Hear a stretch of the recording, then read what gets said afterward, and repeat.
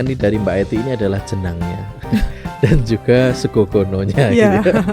Kali ini belum sempat, Pak. Punya sebuah karya. Nah, yaitu sebuah buku berjudul Bunga Rampai Sosdiklih Parmas SDM Pilkada 2024. Nah, kita kan rakyat biasa kalau mau daftar kan Rakyat dulunya biasa. ya rakyat biasa, nggak tahu itu lewat mana. Salah satu parameter untuk mengukur keberhasilan pemilu dan pilkada di daerah yakni adalah angka partisipasi masyarakatnya.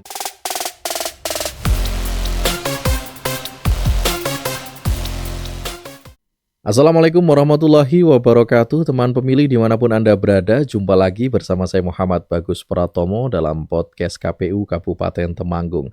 Seperti biasa, di podcast kali ini kita akan mengajak Anda untuk kembali berbincang-bincang mengenai demokrasi, politik, pemilu, dan pilkada. Nah, teman pemilih semua, jika di beberapa episode sebelumnya kita sudah hadirkan teman-teman ex-PPK Pemilu maupun Pilkada 2024, kita akan lanjutkan lagi di episode kali ini. Jika di beberapa episode sebelumnya kita sudah hadirkan ketua, divisi teknis, rendatin, dan juga hukum, maka kali ini saya hadirkan kepada Anda divisi saya sendiri, yaitu teman-teman dari divisi Sosdiklih Parmas dan SDM.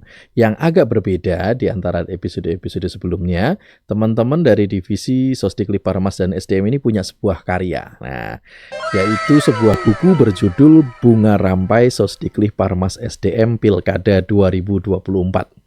Ini adalah sebuah karya yang merekam kisah suka duka teman-teman divisi Sosdiklih Parmas dan SDM di masing-masing kecamatan, bagaimana mereka mendapati tantangan-tantangan yang ada dan kemudian berinovasi. Dan buku ini bisa Anda nikmati dalam dua versi. Anda bisa membacanya secara online melalui e-book yang tersedia di website KPU Kabupaten Temanggung, dan juga bisa membaca langsung hard copy-nya di Perpusda Kabupaten Temanggung. Nah, kita akan mengundang salah satu anggota PPK yang sudah ikut berkontribusi menulis dalam buku ini, dan kita akan mengulas tulisan dari beliau. Kita hadirkan di sini Mbak Eti Ratnawati Ningsih. Assalamualaikum Mbak Eti. Waalaikumsalam Pak Bagus. Apa kabarnya Mbak Eti? Alhamdulillah sehat luar biasa. Oke, ini sudah lama sekali kita tidak berjumpa ya Mbak Eti ya. Iya Pak. Yang selalu ngangeni dari Mbak Eti ini adalah jenangnya dan juga segogononya. Iya. Gitu. Kali ini belum sempat Pak, karena acara bareng-bareng. Insya Allah setelah Lebaran. Oke, saya pikir tadi rawuh ke sini tuh sudah bawa segogono, jenang dan lain-lain. Iya, tadi nggak sempat Pak. Nggak sempat Iya, masak belum ya. sempat. Insya Allah besok kalau lain waktu ada kesempatan Insya Allah. Jadi Mbak Eti ini dulu ketika bertugas jadi PPK itu sering kali ketika kita undang untuk rapat dan lain sebagainya ke KPU sambil membawa itu masakannya yang luar biasa itu. Aktivitas sekarang sehari-hari setelah selesai tahapan pemilu dan pilkada apa aja ini Mbak Eti? Saya masih mengajar di RA Miftahul Falah Gondosuli. Sekalian itu ikut menjadi mitra di Badan Pusat Statistik Temanggung. Oh, oke. Jadi mulang ya, kembali mulang sambil juga tadi survei-survei gitu berarti survei, ya di masyarakat ya. Iya. Oke, ya masih berkisar ke pelayanan masyarakat ya, pelayanan publik. Oke, ini kita akan mengulas tulisannya Mbak Eti di buku kita ini. Mbak Eti siap ya? Ya, insya Allah siap. Masih ingat apa yang ditulis di buku ini ya? Ingat-ingat lupa Pak. Ingat-ingat lupa. Iya, ingat-ingat lupa. Baik teman pemilih semuanya, tentu Anda sudah tidak sabar untuk mengetahui seseru apa Mbak Eti dan tulisannya di buku kita. Untuk itu jangan kemana-mana, jangan pindah channel Anda, tetap bersama kami di Obsesi, obrolan seru seputar demokrasi.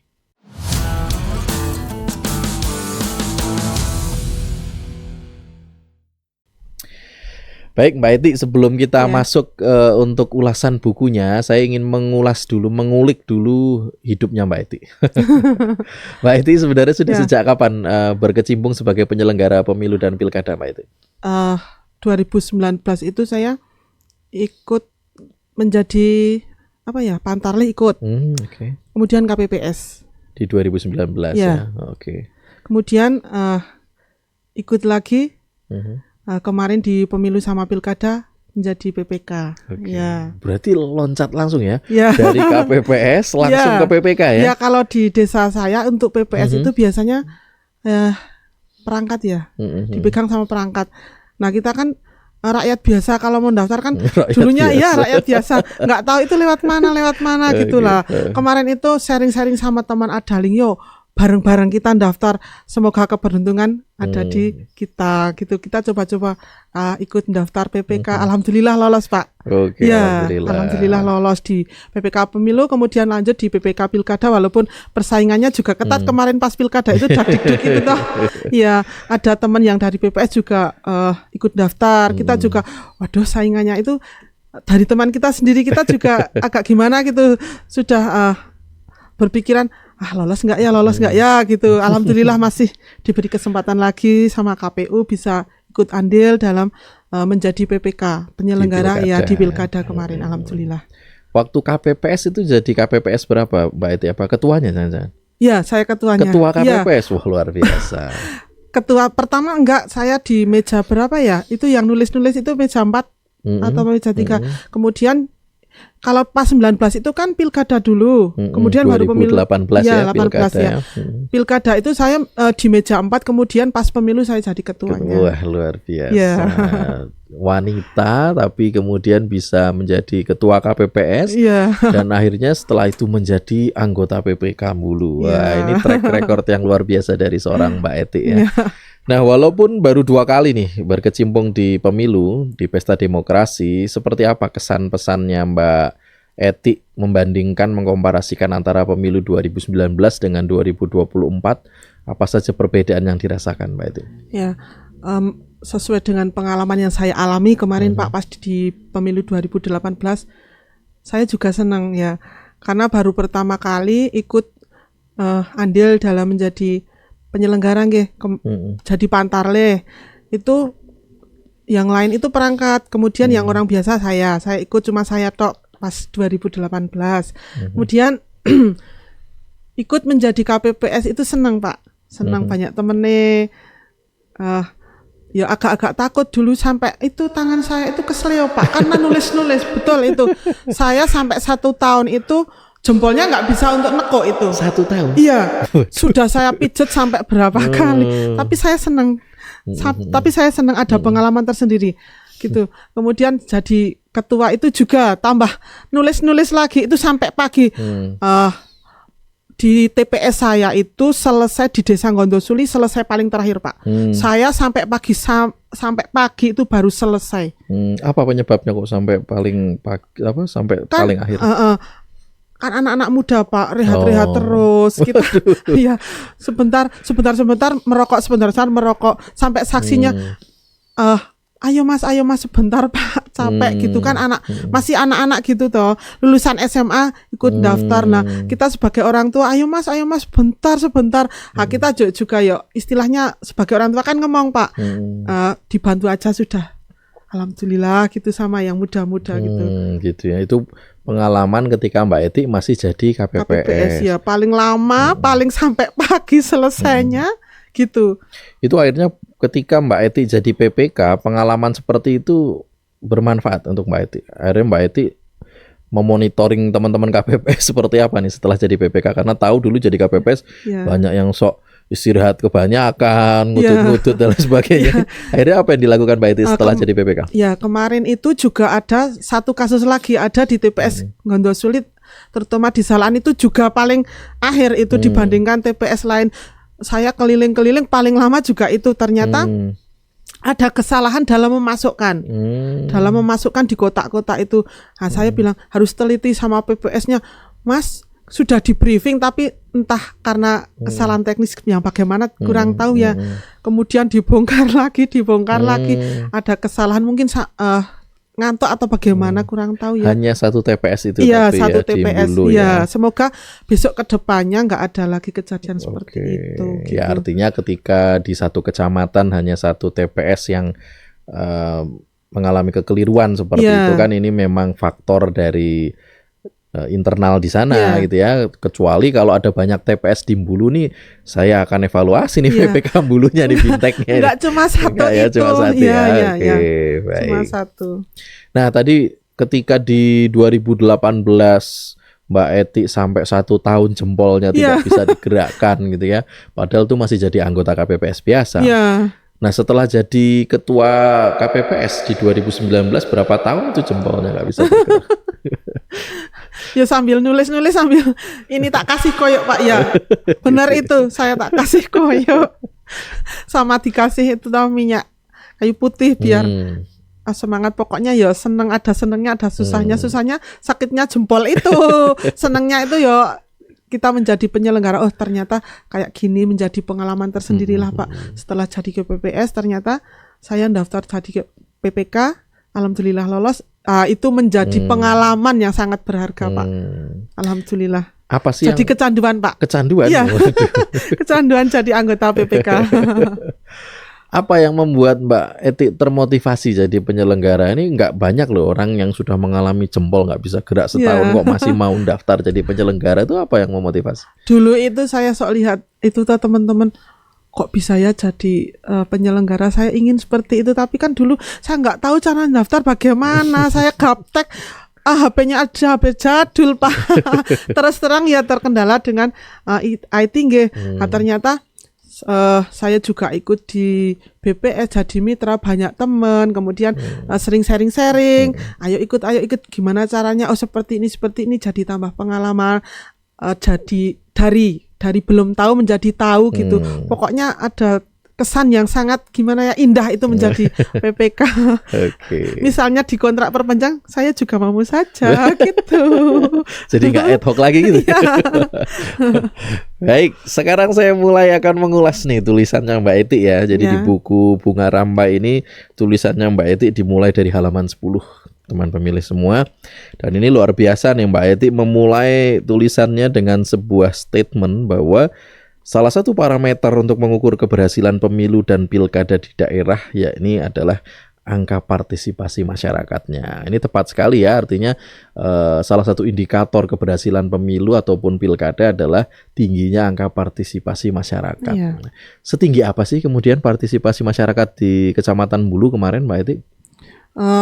Pas di pemilu ya Pak. Iya. Pas pemilu itu kan kemarin ada calonnya 3 ya. Ya agak panas kalau di desa saya Pak. Ya ada ini. Pokoknya jangan sampai terlewatkan gitu untuk presiden, karena presiden itu menjadi negara mau maju atau bobroknya itu kan tergantung presiden kita Pak. Jadi saya sering istilahnya menyampaikan kepada masyarakat, ayo jangan sampai golput, 5 tahun itu negara kita mau dibawa kemana, kemajuan itu ada di tangan jenengan. Terus sebagai rakyat yang bisa, ya mbak jangan golput, pokoknya eman gitu kan, eman ya gitu. Saya juga sering sama ibu-ibu kalau ada di PKK ataupun di posyandu, Bu, jangan sampai golput gitu toh. Tapi kan saya juga di Bulu itu kan ada 19 desa, nggak mungkin saya menyisir dari 19 desa. Saya lewat PPS, Pak ayo Pak gembarkan di Bulu, semoga Bulu itu sukses untuk angka partisipasinya. Alhamdulillah kemarin di pemilu Bulu dapat peringkat 3 ya. Kalau pas pilkada dapat peringkat 4. Wah, luar biasa ya. Jadi ternyata memang sinkron antara statement yang Mbak Eti pedomani dengan kemudian apa yang beliau upayakan di Bulu. Bulu ini di pemilu angka partisipasinya memang sangat tinggi sampai 92,26%. Ini bahkan lebih tinggi dari partisipasi di tingkat Kabupaten Temanggung. Nah, jadi Kabupaten Temanggungannya 90,44%, Kecamatan Bulu 92,26%.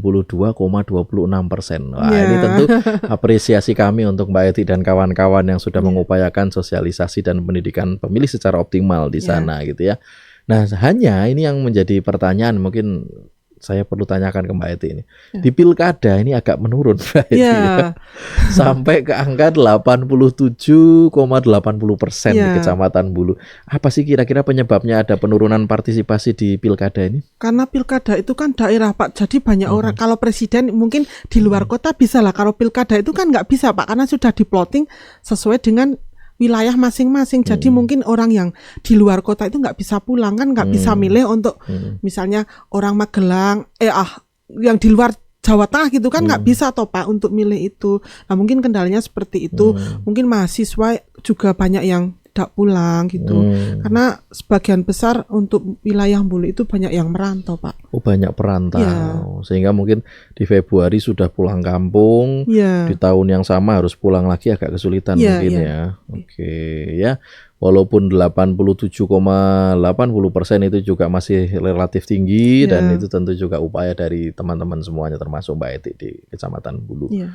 Nah, kemudian kalau kita berbicara angka-angka tadi ya ini terukur sekali ya. Artinya secara kuantitatif tadi kita bisa share angka-angka tadi ke masyarakat. Ya. Tapi apakah prestasi ini juga dibarengi dengan kualitasnya Mbak Eti? Artinya kuantitas tadi diikuti juga kualitas masyarakat atau pemilih di Bulu juga Mbak Eti rasakan semakin baik ini dibanding pemilu sebelumnya.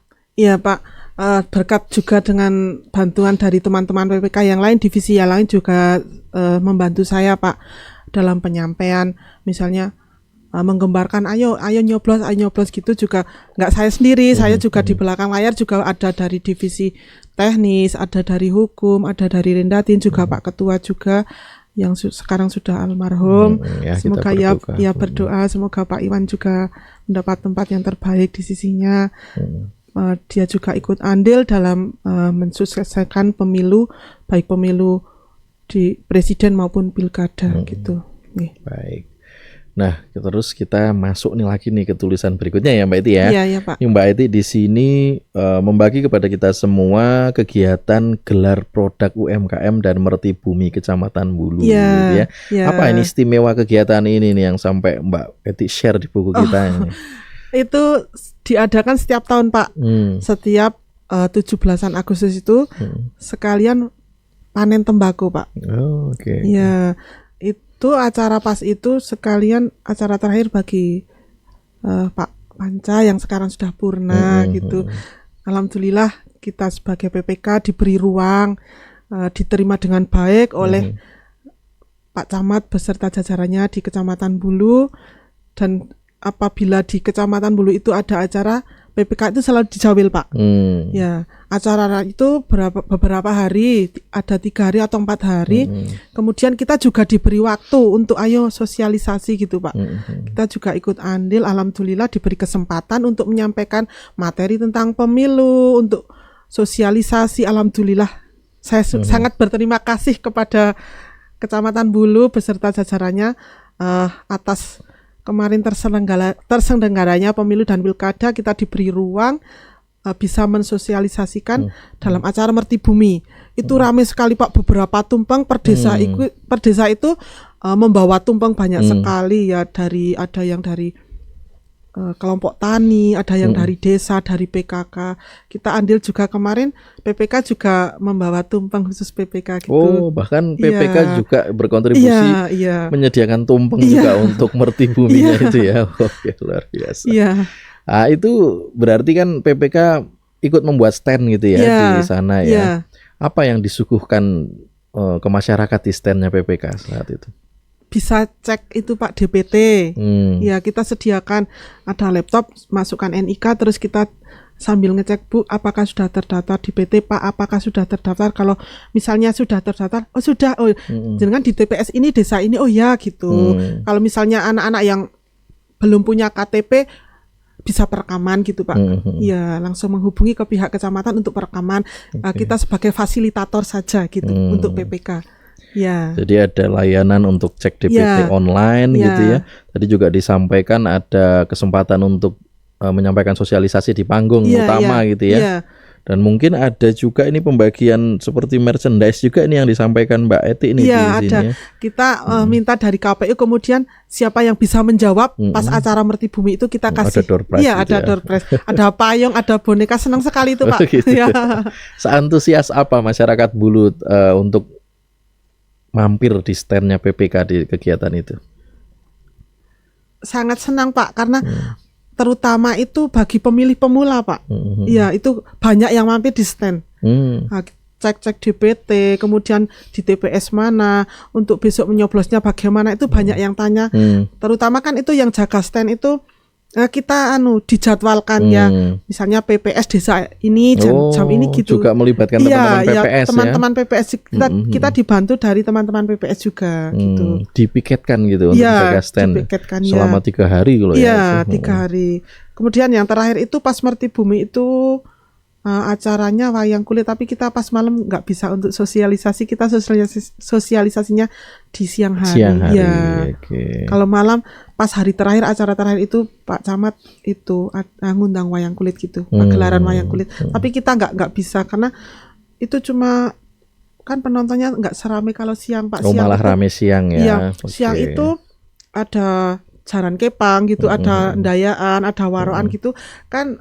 Mayoritas yang menonton itu kan masih anak-anak muda. Nah, kalau malam itu kan bapak-bapak, orang tua istilahnya. Kalau pagelaran wayang kulit kan jarang anak muda sekarang ya Pak yang menonton. Kemudian kita kalau malam bagaimana kita sudah berbuka usaha ya kalau malam gitu. Kita sosialisasinya siang hari aja gitu. Dan memang data kita, pemilih kita didominasi pemilih muda gitu ya. Jadi sudah tepat ketika teman-teman PPK Bulu memilih waktu penyampaian sosialisasi di siang hari yang tadi dipenuhi para masyarakat yang berusia muda gitu ya. Oke. Pemula.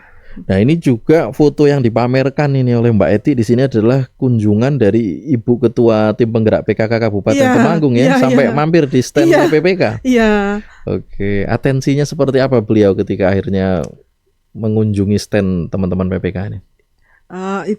Ibu itu pas kemarin dijabat sebagai istri dari Pak PJ ya Pak. Itu dia juga menggemparkan, ayo jangan sampai golput gitu. Dia ikut mensosialisasikan. Saya juga berterima kasih sekali kepada Ibu yang sudah mampir ke stand, sama Pak Camat juga sering itu sosialisasi ke desa-desa. Misalnya ada pertemuan dengan Pak Kades-Kades di Kecamatan Bulu, selalu menyampaikan, ayo rakyatnya aja dijai golput, pokoknya milih 5 tahun eman-eman gitu. eman-eman gitu. Ya, sebagai PPK saya juga berterima kasih karena banyak dukungan juga dari Pak Camat, dari kepala desa. Saya juga dulunya itu saya kok sosialisasi sama Pak Kades, saya itu bukan apa-apanya, agak pekewa gitu Pak mau sosialisasi. Tapi gimana lagi, ini sebagai tugas dan sebagai pengalaman yang sangat pokoknya sangat berkesan lah. Saya itu orang biasa tapi kok bisa sampai sosialisasi ke Pak Camat juga sama Pak Kades. Pertamanya juga malu-malu gimana, kurang pede, tapi ya lama-kelamaan itu sudah menjadi tanggung jawab saya. Saya sebagai divisi Sosdikli harus menyampaikan apa yang menjadi tujuan dari pada tugas PPK, itu menyampaikan sosialisasi terkait dengan pemilu dan pilkada, begitu Pak. Baik, luar biasa ya ini Mbak Eti. Ini kita lihat low profile sekali memang ya figurnya ya. Dari tadi menekankan hanya rakyat biasa, tapi harus berkesempatan untuk berinteraksi dengan para pemangku kebijakan dan akhirnya berkontribusi dalam penyelenggaraan pesta demokrasi kita. Nah, setelah kegiatan gelar produk UMKM dan Merti Bumi ini, seperti apa kemudian efeknya atau dampak yang dirasakan oleh teman-teman terkait antusiasme warga di Bulu untuk menyukseskan pemilu pilkada kita ini? Seperti apa yang dampak positif yang dirasakan setelah kegiatan ini? Ya, setelah kegiatan itu banyak Pak, dari yang anak muda yang belum perekaman, kan ada yang sering berpikiran orang noblos wegah gitu toh menjadi pengen noblos, yang belum punya KTP ayo yang sudah 17 tahun ke atas gunakan hak pilihnya. Dari yang belum punya KTP berbondong-bondong. Itu saya rasakan Pak, karena ada BPS itu yang sampai ngantar, ayo Mas tak diantar yo rekam gitu. Effortnya sampai sebesar itu ya teman-teman penyelenggara. Alhamdulillah juga pas hari hanya juga banyak yang datang ke TPS gitu, pemilih pemula, alhamdulillah Pak. Sampai parpasnya tadi setinggi itu ya, itu bukti nyata efektivitas dari upaya sosialisasinya teman-teman. Iya. Dari yang belum punya KTP menjadi punya dan jadi golput Pak. Alhamdulillah. Jadi memang ternyata acara ini yang share oleh Mbak Eti ini memang dampaknya besar. Tadi utamanya langsung banyak yang merekam EKTP untuk teman-teman pemilih pemula, dan endingnya tadi adalah angka parmas yang sangat tinggi tadi di atas 90% di pemilu, dan di pilkadanya juga masih tinggi 87,80%. Sesukses apa lagi pemilu dan pilkada di Kecamatan Bulu yang mungkin Mbak Eti bisa share ke kita? Indikator yang lain mungkin ada yang bisa dibagi? Mungkin pernah dapat penghargaan yang lain lagi dari KPU untuk PPK Bulu? yang bisa dipamerkan? Belum bisa pamer Pak, belum masuk nominasi. Gitu. Tapi alhamdulillah ya kemarin saya juga menyampaikan ke Pak Camat, ke Pak Kades kalau angka partisipasi di Kecamatan Bulu pas pemilu itu peringkat ketiga. Kemudian Pak Camat juga merasa bangga gitu loh, walaupun belum bisa maksimal untuk di peringkat pertama. Kemudian pas di Pilkada kita merosot lagi di peringkat 4 karena yang peringkat 1 itu dari Tretep itu peringkat 4 langsung naik ke peringkat 1 gitu. Kita tergeser satu poin gitu. Kemudian kita juga menyampaikan lagi kepada teman-teman PPS, kepada Pak Camat, Pak ini gimana wis rapopo Mbak gitu toh. Karena emang di Tretep itu kan juga ada calonnya gitu ya Pak dari daerah sana gitu. Itu berpengaruh cukup besar ya.